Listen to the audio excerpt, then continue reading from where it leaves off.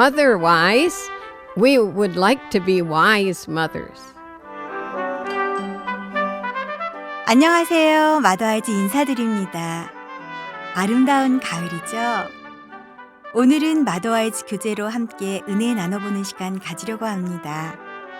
마더아이즈 교재는 지혜, 자유, 회복 이렇게 세 가지가 있는데요.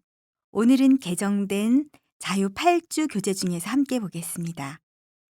자유 교재 5과 5째 날 십자가의 열매 기도로 시작하기 삶에서 십자가의 능력을 체험하기 원합니다. 우리의 삶이 십자가와 대면할 수 있게 해주시옵소서. 예수님의 이름으로 기도드립니다. 아멘. 셋째 날에 스데반의 순교에 대해 살펴보았다. 이제 그 이후의 이야기를 소개하고자 한다. 우리는 스데반의 삶에 나타났던 십자가의 능력이 또 다른 청년의 삶에서도 나타나는 것을 보게 될 것이다. 사울에서 바울로 스데반은 은혜와 권능이 충만하여 사람들 사이에서 큰 기사와 이적을 행했다. 그의 사역은 절정기를 맞고 있었다. 죽음을 당하기 직전 그는 길리기아와 아시아에서 온 사람들과 논쟁을 벌였다. 사울의 고향인 다소는 길리기아의 주요 도시였다. 스데반과 논쟁을 벌이다가 지혜와 성령으로 말하는 스데반을 이길 수 없어 이성을 잃었던 사람 가운데 아마 사울이 있었을지 모른다. 율법학자였던 사울이 그와의 논쟁에서 졌다면 스데반을 죽인 자들이 그의 옷을 벗겨 사울의 발 앞에 놓았을 때 그가 승리감에 도취되어 그 앞에 서 있었다는 사실은 놀랄 일이 아니다. 그러나 천사같이 빛나던 스데반의 얼굴은 사울의 뇌리를 내내 떠나지 않았을 것이다. 그 순결한 희생의 삶이 꿈에까지 나타나 그를 괴롭혔을 것이다. 그러던 중 예수님께서 사울에게 나타나 내가 어찌하여 나를 핍박하느냐 라고 말씀하셨다. 사울이 예수님을 핍박하다니 이미 예수님은 아버지께로 가시지 않았던가? 하지만 예수님은 스데반과 제자들의 삶을 통해 살아계시다는 사실을 염두에 두고 이렇게 말씀하신 것이었다. 스데반이 순교하자 십자가의 능력이 사울에게 흘러갔다. 그리고 그 이후 사울은 유대교라는 벽을 넘어 이방인들에게 복음을 전하는 위대한 사도가 되었다. 골로새서 1장 24절에서 29절에 나오는 바울로 이름이 바뀐 사울의 편지를 읽고 24절을 적어보라. 이 사람이 스데반의 죽음에 대해 증인을 자초한 사람이라는 게 믿어지는가? 이 편지는 스데반의 설교와 너무나 흡사하다.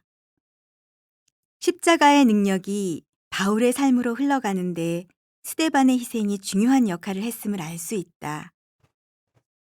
십자가의 능력을 온전히 깨닫기 위해서는 십자가의 원리를 삶의 방식으로 받아들여야 한다. 자아에 대해 죽고 예수님에 대해 사는 삶이 호흡처럼 지속적이어야 한다. 어느 날 십자가가 우리의 길을 가로막을 것이다. 이 십자가의 능력을 온전히 깨닫기 위해서는 십자가에 못 박히는 결단의 순간이 있어야 한다. 바로 그 시간과 장소에서 우리의 뜻을 아버지의 뜻에 일치시켜야만 한다. 우리가 깨어진 상태로 하나님과 가족, 그리고 세상과 함께 걸어갈 때 우리는 매일 십자가의 온전한 능력을 연습할 기회를 갖는 것이다. 십자가의 능력이 우리의 삶 가운데 임하면 그것은 우리의 눈과 빛나는 얼굴을 통해 드러나게 된다. 십자가에 살아있는 놀라운 능력은 우리의 삶뿐 아니라 우리의 삶에서 그 능력을 보는 사람들의 마음과 삶에까지 이르러 그들을 영원히 변화시킬 것이다. 아래에 소개한 목록을 읽어보라. 이 목록을 통해 우리가 진정으로 십자가 앞으로 나아갔는지 점검해보자.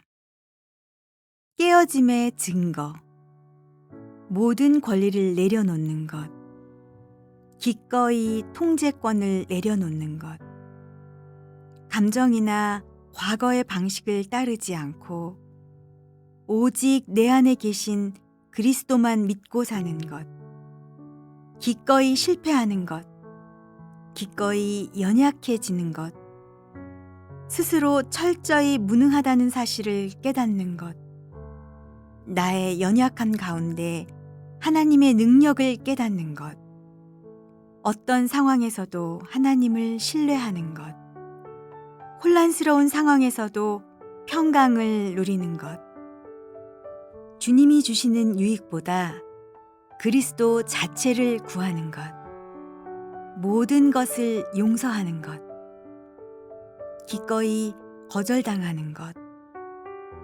투명함, 기꺼이 나약함을 나누는 것, 연약함, 기꺼이 실패를 나누는 것, 기꺼이 다른 사람이 공로를 인정받게 하는 것, 진실한 겸손, 나에게 가치 없는 사람을 가치 있게 여기는 것, 기꺼이 다른 사람을 인정하는 것, 가르침에 순응하는 태도, 기꺼이 오해를 감수하는 것, 기꺼이 다시 깨어지는 것.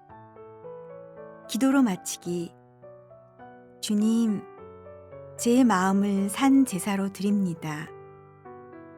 제 마음을 십자가에 못 박아 주시옵소서. 자아와 육신, 죄에 대해서는 죽고 오직 주님에 대해서만 살기 원합니다. 주님이 저를 통해 하고자 하시는 모든 일을 행하시기 원합니다. 거룩하신 예수님의 이름으로 기도드립니다. 아멘. 5과 5째 날에 나오는 좋은 어머니 팁을 함께 하겠습니다.